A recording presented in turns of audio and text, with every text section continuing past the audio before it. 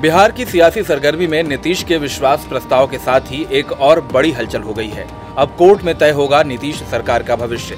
दरअसल बिहार का सियासी घमासान कोर्ट पहुंच चुका है। पटना हाई कोर्ट ने वो याचिका स्वीकार कर ली है जिसमें बिहार विधानसभा में सबसे बड़ी पार्टी होने के बावजूद आरजेडी को सरकार बनाने के लिए न्योता नहीं दिए जाने पर सवाल उठाए गए थे। इस याचिका में नीतीश को सरकार बनाने का न्योता देने के राज्यपाल के फैसले को चुनौती दी गई है।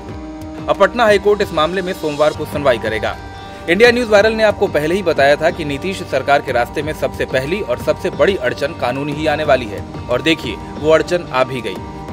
आपको बता दें कि राज्यपाल के फैसले के खिलाफ शुक्रवार को पटना हाईकोर्ट में 2 याचिकाएं दाखिल की गई थी। एक याचिका आरजेडी विधायक सरोज यादव की तरफ से, तो दूसरी याचिका नौबतपुर के समाजवादी नेता जितेंद्र कुमार की ओर से दाखिल की गई थी।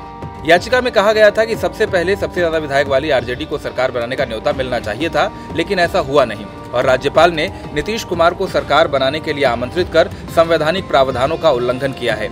एसआर बोम्मई केस का हवाला देते हुए याचिका में कहा गया कि सुप्रीम कोर्ट पहले ही साफ कर चुका है कि ऐसी स्थिति में राज्यपाल और केंद्र सरकार को क्या करना चाहिए। इसके अलावा याचिका में 2006 के रामेश्वर प्रसाद और भारत सरकार के मामले में भी सुप्रीम कोर्ट की व्यवस्था का हवाला दिया गया है।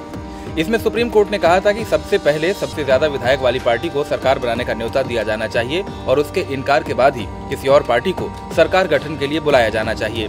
जाहिर है कि कोर्ट में मामला पहुंचने के बाद और कोर्ट के सुनवाई पर राजी होने के बाद नीतीश सरकार के भविष्य पर संकट के कुछ बादल मंडराने लगे हैं। ऐसे में देखना काफी दिलचस्प होगा कि नीतीश सरकार बचती है या फिर वो कानूनी उलझनों का शिकार होती है। इंडिया न्यूज वायरल की रिपोर्ट।